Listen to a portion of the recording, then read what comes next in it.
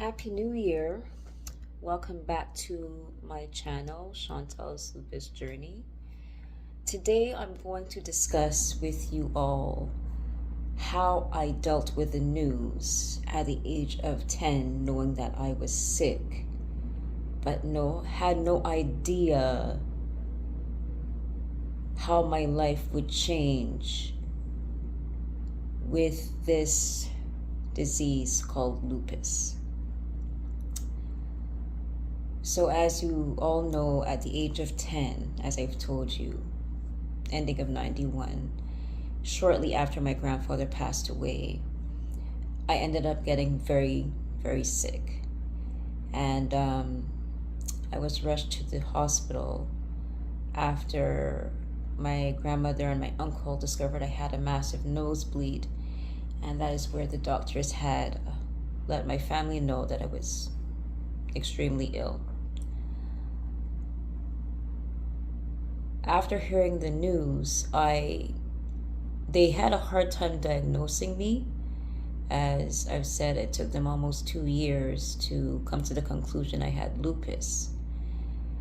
And a lot of things ran through my mind as the doctors told me I had to be very careful with playing my favorite sports, and I had to take it easy. So when it came to sports at school, I had to reduce those as I had I have rheumatoid arthritis, and that's where my joints were very sore, and my skin was quite sensitive to if I was playing dodgeball and I would get hit, I would be left with a mark that would take forever, maybe months, to go away. And that's still like that today.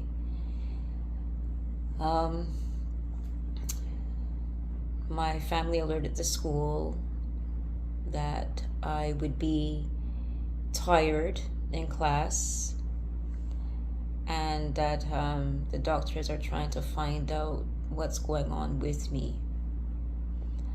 Fast forward to ending of spring, summer of 93. It had to be summer of 93 because I remember my mom begging the doctors to take me out of the hospital for a special event that she wanted me to be part of. And the doctors let my mother know that I had lupus and explained to her and my family what it was and that there was no cure for it. So I was 11 and a half, and I was still trying to process this news as I'm still a kid, and I had to make life changes at a young age. 30 pills a day was hard because you have to remember which ones to take in the morning, afternoon, evening, and at night. I was given this pill where it has the days of the week and the times of the day when to take the medication. And when I first got it, of course I broke down because I'm like, I shouldn't be taking pills at a young age. But I followed the doctor's orders, took the pills when they needed to be taken. And sometimes, well, the majority of time, I would get sick from the side effects and had to be admitted to hospital and put on intravenous to kind of flush out um, what was not working for me with the medication. It would be sometimes months on end that I have to stay in the hospital, in pain, crying, blood work. It wasn't easy, still not easy up to today, as they have trouble finding my vein. But yes, that was difficult to process. Of course, I was quite depressed for a number of years. I'm sure my family saw it in my face, as I wasn't happy, it wasn't the same. My late aunt had let me know I was not the same ever since my grandfather passed. I just wasn't the same person. And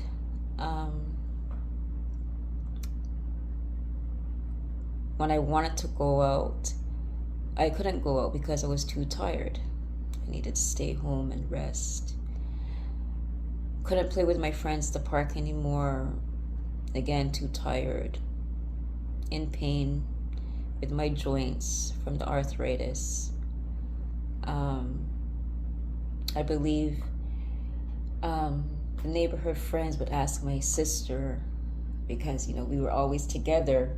When it was time to play outside, they would ask her, "Hey, where's your sister? Where's Chantel?" And she would just say, she's not feeling well. She's at home. She has to rest. The times that I was admitted to hospital, she would come, her and my best friend, they would come, they would walk down to the hospital. This is Children's when it was on Tupper, come to visit me. And of course, it's hard to see them go because we're supposed to be playing outside. When I got to high school, I think that was the toughest part for me, because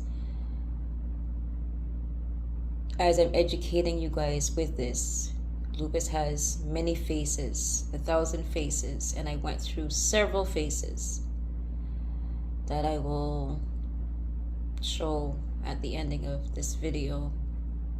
But when I got to high school, before high school in elementary school, I was very thin. I was very thin. I was very active. Good at my schoolwork. But when I was diagnosed, I ended up getting brain fog, very tired, couldn't concentrate. I believe my grades were still good, but still hard to concentrate as I was very tired. But when I got to high school, there's a certain medication that I was taking that had me really plump. Like my face was fat, everything. I was big.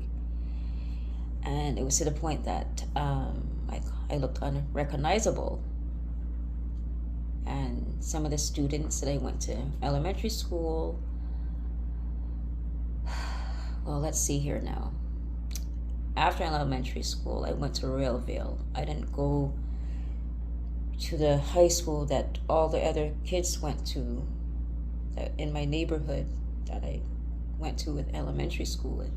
I didn't go to that high school. I went to another school called Royalville. And there was tough for me because it was a further distance. And there would be mornings that I couldn't get up. I was just too tired. My uncle would drive me to school, and I'm pretty sure they explained to the principal that what was going on with me. And the principal at the time was my kindergarten teacher, and I think she was surprised to see me there. But that's a different story. I'm not going to go into that story. But anyways, I really didn't like that high school, as it was out of the way for me. My school bag was extremely heavy because I had a lot of books. And of course, arthritis and pain was not fun. Sometimes my grandmother would see me. She would be coming home from work, because she used to work in a nursing home. She was a nurse. And when she would see me, she'd come across the street. Although she was tired, she would still go all the way to school with me, help me with my bag.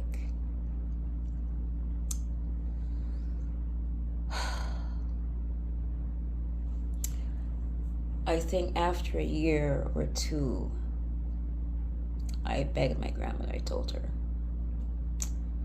I don't want to go to this school anymore. I don't like it. I prefer to go to the school closer to home. And my sister was going to that school too. She was going to the one in the neighborhood, like not too far from where we were living. So I ended up transferring. And the kids I went to elementary school with, they didn't recognize me because my face changed and my body changed. I think they recognized the eyes, but my whole self, it was not me. So I went to school, did my work, and then my grandmother, she ended up passing away. I was in hospital. I had another episode. Let's see what episode this was. I remember I was not speaking. So the doctors assumed it might have been one of the medications that caused me not to speak. And I remember celebrating my birthday in the hospital. And my mom and my uncle and my younger sister, who is now 31, she had to be how old? Maybe 4? She wasn't speaking yet. Maybe 3. She came to, and I think she recognized something was wrong with me because she came to sit with me. Anyway, my mom, this is a hard topic. My mom and my grandmother, they would take turns coming to see me. And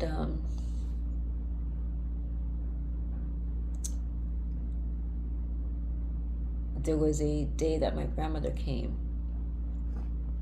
So I'm trying to cover my face because I'm trying to hold back these tears. But there was a day that my grandmother came. And I think she just wanted to hear me speak. And she stayed there all day.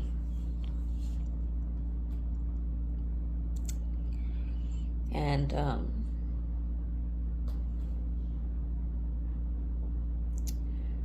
the evening that she was leaving,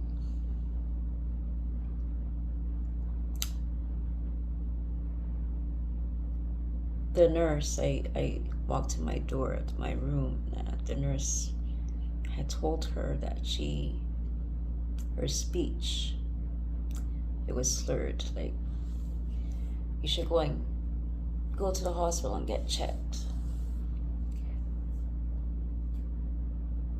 I don't even want to go into that topic because, I mean, if the nurse noticed that, like, why would you tell her to go when you could call? But that's another topic that I'm not going to get into right now. But she ended up making it home because my sister told me this story.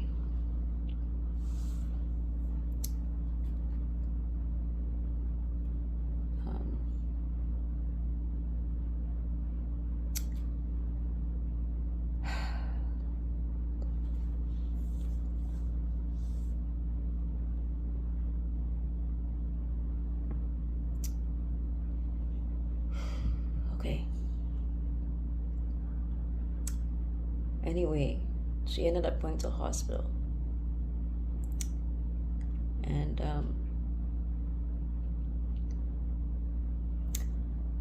I think a day or two later, I was to be discharged. And I was waiting all day for my uncle to come and get me. And He didn't show up.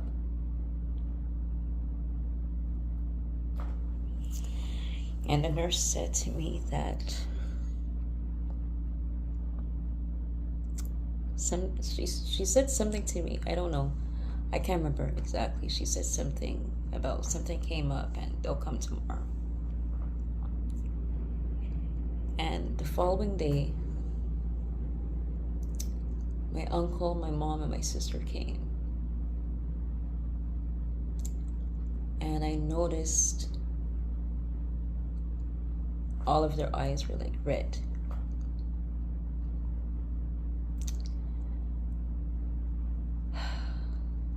Anyway, when we got home, my uncle told me the news that my grandmother passed the night before. So the day that I was supposed to come home, she passed away. And I broke down in tears.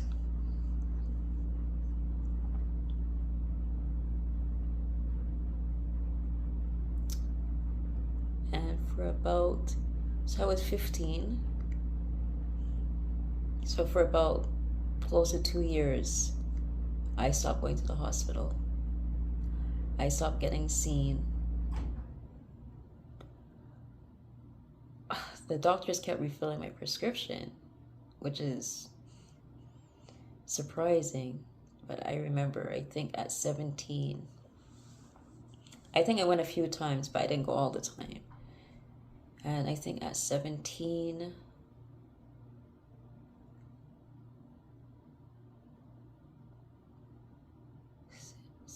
and a half, I think, I went back. And the nurse told me that I'm being careless with my health. That they didn't see me in a number of months. And when they checked my blood work, of course it wasn't good. And I remember telling her,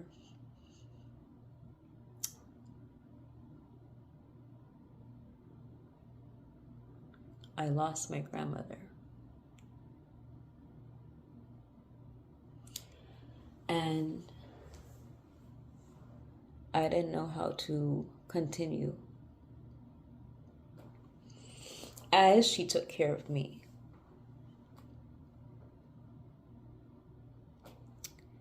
And the nurse was very good. I wonder if she's still living, but I'd like to see her. I think she'd be surprised to see me now, but she told me, I don't think your grandmother would want you to do this. She would want you to continue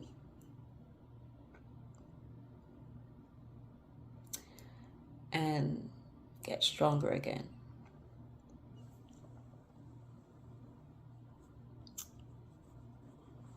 And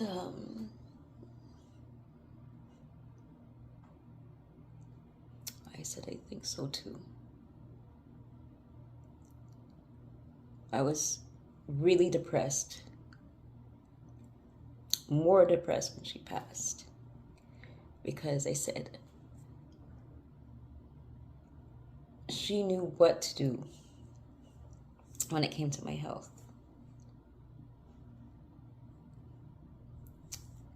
But I think, let me see, at 18, I started going back to my appointments, do my blood work, listen to the doctors, took whatever they told me to take. And then I think at 21, my features started to change. My face started to change again. And my body started to change again.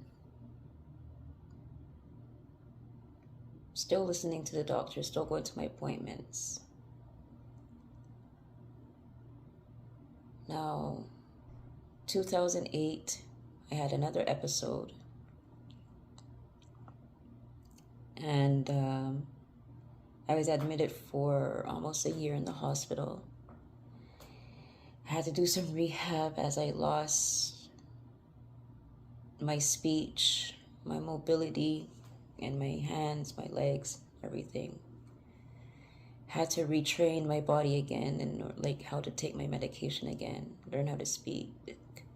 Did some speech therapy, had physio 5 days a week, occupational therapy 5 days a week. And that was another event, that life-changing event, because before that I was walking, I was going to school, I was working. But the doctors alerted me about work, that I couldn't work anymore, as every time I worked, I'd be admitted. And they told me if I continued to work, it'd be worse for me. So I had to stop working.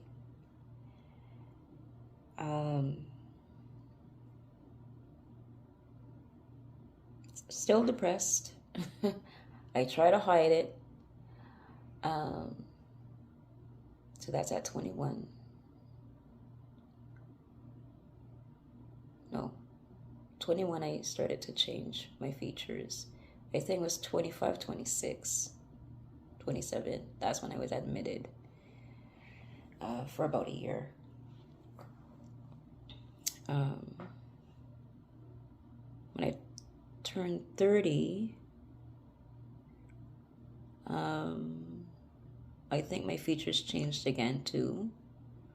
Another lupus face, still depressed. I mean, I had people to talk to and stuff, my family, like joke around and laugh. Try to hide it. Not happy. And then I think, let's see now, 2018. I used to party, I think from maybe 17 and a half to 24 years old. I think I used to party like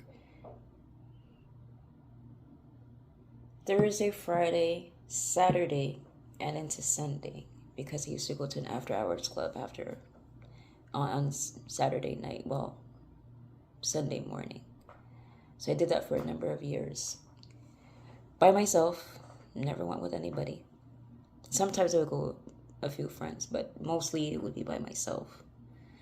Then I eventually stopped. And I think now, in 2018, October, I'd have a drink every weekend. But 2018 of October, that's when I stopped drinking completely. And I never looked back.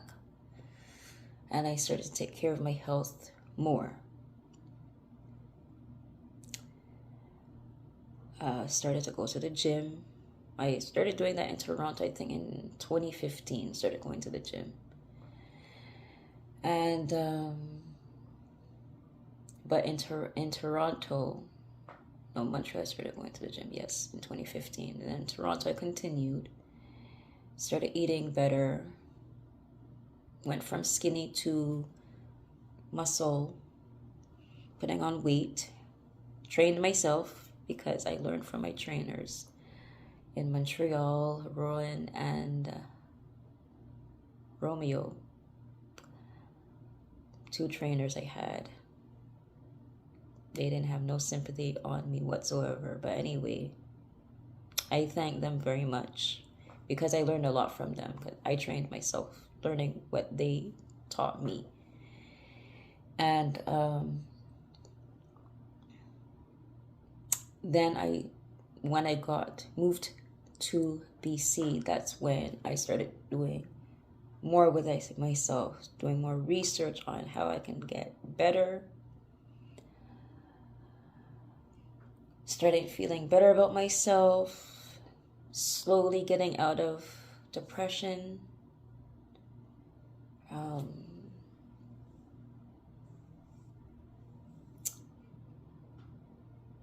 it was hard because I lost my aunt, who, another one that always gave me these supplements to get off of, like, just to get rid of the lupus. And her helping me and not, well, that's another story, but by her passing away too, with her passing away, I don't think I took it on right away. I cried for a bit, but then I said to myself, I don't think I was accepting it because she always took natural supplements. And I said, well, this is impossible. But when I moved to BC, that's when I felt it. And I said, she's really not here. And then I had my aunt in Toronto who passed away too. She was a nurse, and that was another shock too. And I was up and down with my health. I believe people who are close to me, this is what I believe, people that are close to me, I get affected by the trauma. Like, my body gets triggered and it doesn't do well.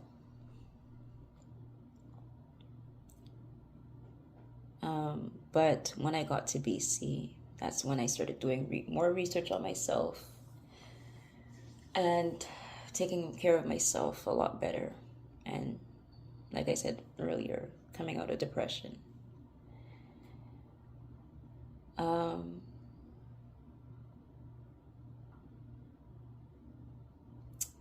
2016 was the last time I was in the hospital, when I was in Montreal. But then I had another rehab. Well, 2016 had nothing to do with lupus. It had to do with something else. Like, I went to the dentist, and I guess whatever surgery they did, I ended up in hospital for like about a week. And then fast forward to 2023, I had another episode, but it had nothing to do with lupus as well too. I had a mass on my ovary, that hemorrhage, and I ended up losing 2 liters of blood.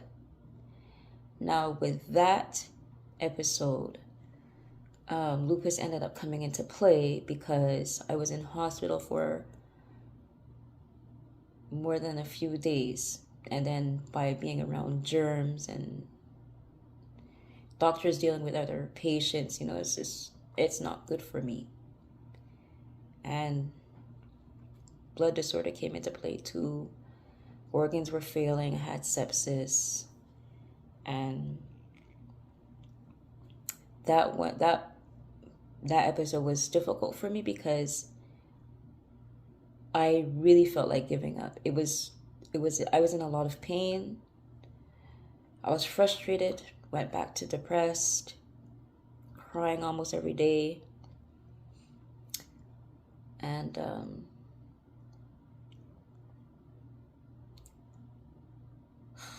blood tests every day.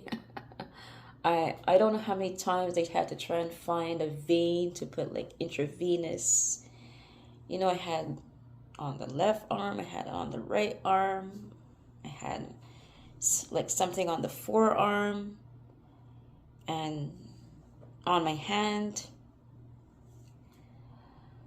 I was not good. It was hard. But I eventually came out of it. I had a really good nurse, as I told you guys in the previous video, the first video. He gave me hope. He nursed me back to health in 48 hours. either 24 or 48 hours. And I was able to go home in the next few days. But it was hard because I was very weak still, and I had to build myself back up. But I was happy I was home. My nieces were happy that I was home. I miss them a lot.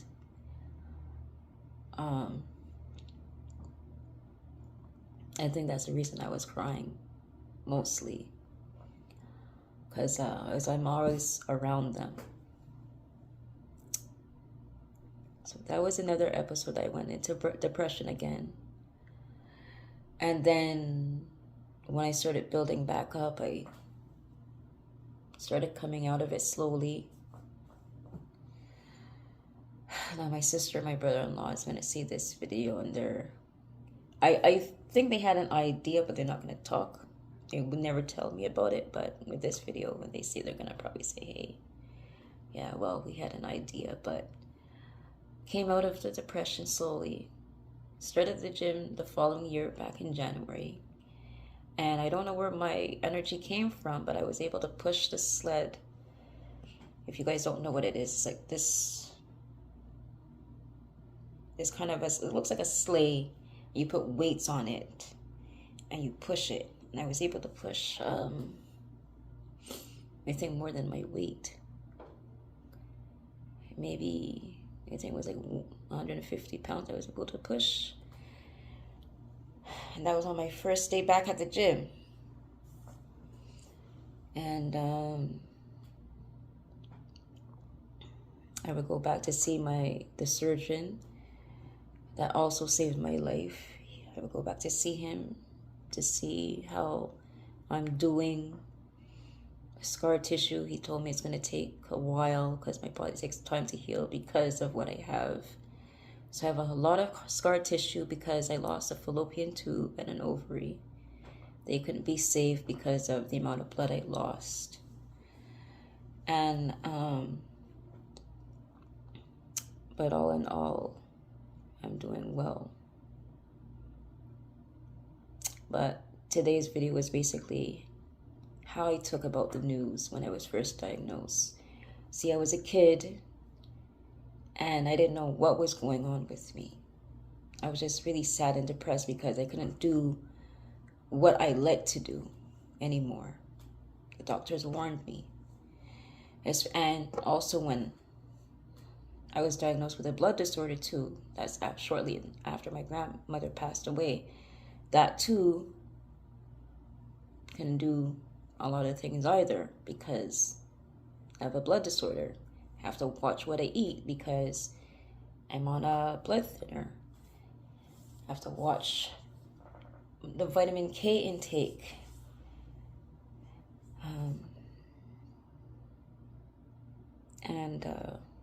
And many changes.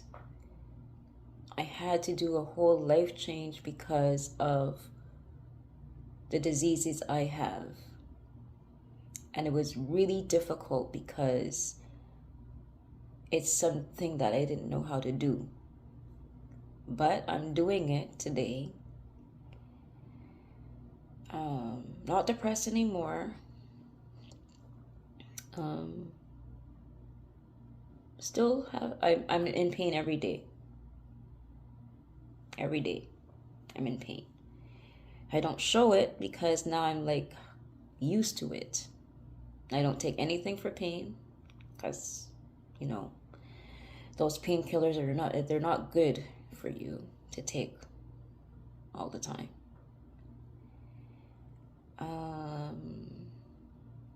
This is my lupus face now. I don't know if it's going to change again in the next year or two. But this is what I wanted to discuss with you guys today on how I took the news.